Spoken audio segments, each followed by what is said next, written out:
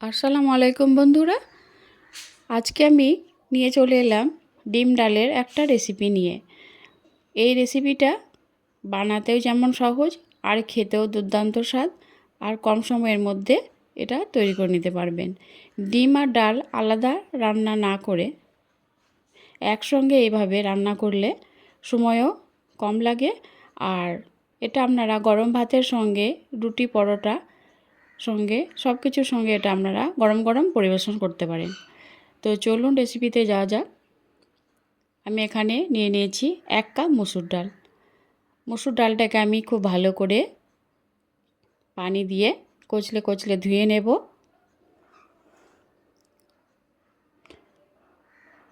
আমি বেশ কিছুটা পানি এর মধ্যে দিয়ে দিলাম।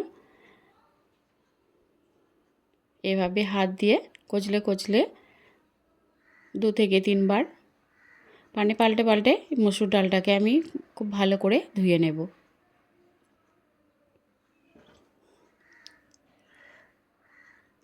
মসুর ডালটাকে আমি খুব ভালো করে ধুয়ে নিয়েছি। এদিকে একটা কড়াই গরম করে নিয়েছি, এর মধ্যে দিয়ে দিয়েছি পরিমাণ মতো পানি, আর দিয়ে দিলাম একটা তেজপাত।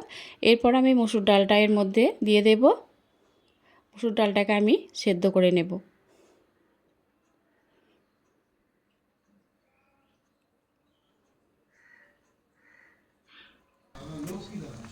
দেখুন, এর মধ্যে যে ফেনা ফেনা অংশটা আছে, এই ফেনাগুলোকে আমি চামচ দিয়ে তুলে ফেলে দেব।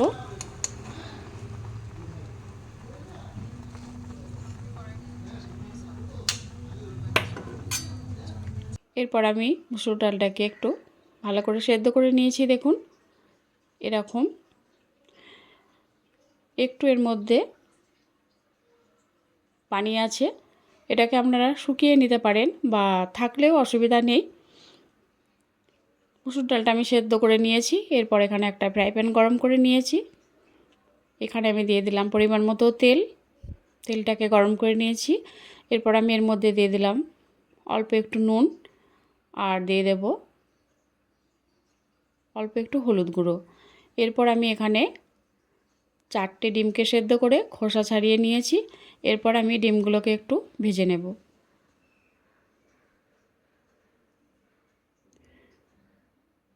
ডিমগুলোকে আমি একটু লাল লাল করে ভেজে নেব।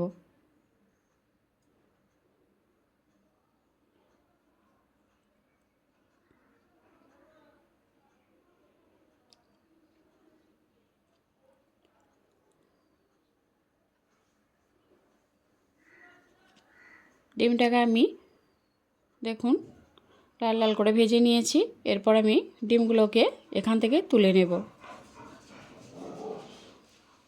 ডিমগুলোকে সব আমি তুলে নিয়েছি। এরপর আমি ওই তেলের মধ্যে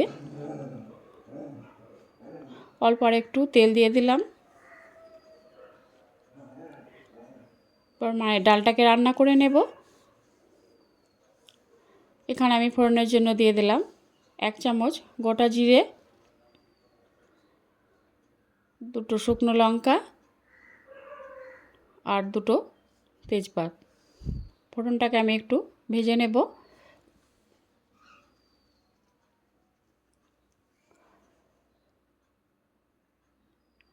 ফোড়নটাকে আমি একটু হালকা করে ভেজে নিয়েছি। এরপর আমি এখানে দিয়ে দেব একটা বড় সাইজের কোচানো পেঁয়াজ।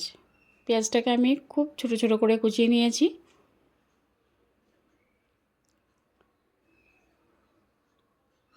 পেঁয়াজটাকে আমি একটু লাল লাল করে ভেজে নেব। এরপর আমি এখানে দিয়ে দিলাম 1 চামচ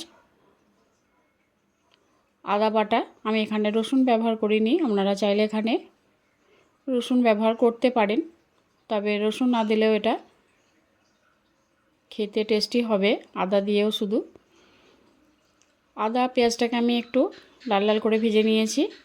এর থেকে খুব বেশি কালার করব না। এরপর আমি এখানে দিয়ে দিলাম একটা বড় সাইজের টমেটো কুচি। টমেটো পেঁয়াজটাকে আমি খুব ভালো করে ভেজে নেব। দেখুন, টমেটোটা অনেকটাই নরম হয়ে গেছে। এরপর আমি এখানে দিয়ে দিলাম 1 চামচ লঙ্কা গুঁড়ো আর হাফ চামচের মতো হলুদ গুঁড়ো।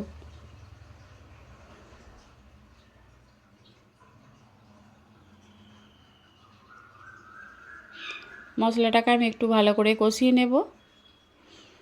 ভালো করে মশলাটা টমেটো পেঁয়াজের সঙ্গে ভালো করে ভেজে নিয়েছি। এরপর আমি সেদ্ধ করে রাখা মসুর ডালটা এর মধ্যে দিয়ে খুব ভালো করে কষিয়ে নেব।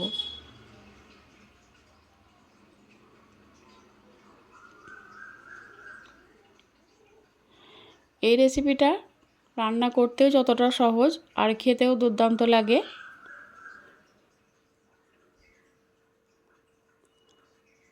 মসুর ডালটাকে আমি খুব ভালো করে কষিয়ে নেব। দেখুন এর মধ্যে যে পানিটা ছিল সেটা অনেকটা শুকিয়ে গেছে।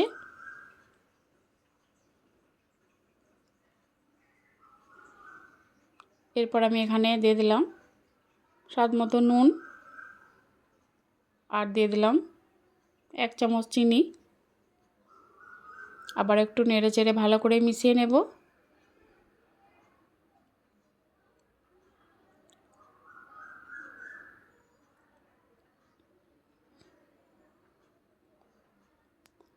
তো এটা আমার খুব ভালো করে কষানো হয়ে গেছে। দেখুন এর মধ্যে যে পানিটা ছিল সেটা সবটাই শুকিয়ে গেছে। মসুর ডালটা খুব ভালো করে কষিয়ে নিয়েছি। এরপর আমি এখানে দিয়ে দিলাম পরিমাণ মতো পানি।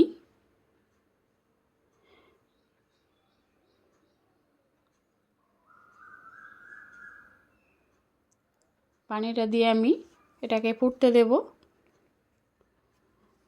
তো দেখুন এটা ফুটে গেছে। এরপর আমি এখানে ভেজে রাখা ডিমগুলো এর মধ্যে দিয়ে দেব।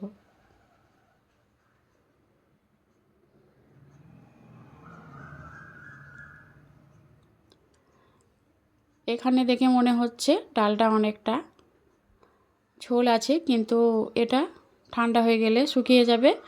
আর এটা শুকিয়ে যদি যায় খুব বেশি, তাহলে আপনারা এখানে পানি দিয়ে এটাকে আবারও একটু গরম করে নিতে পারেন। এরপর আমি সবশেষে এখানে দিয়ে দিলাম ধনেপাতা কুচি। তো এটা আমার প্রায় রান্না হয়ে গেছে। দেখুন কত কম সময়ের মধ্যে এটা রান্নাটা হয়ে গেল। তো এই রেসিপিটা কেমন লেগেছে আপনারা অবশ্যই জানাবেন। ভালো থাকবেন, সুস্থ থাকবেন।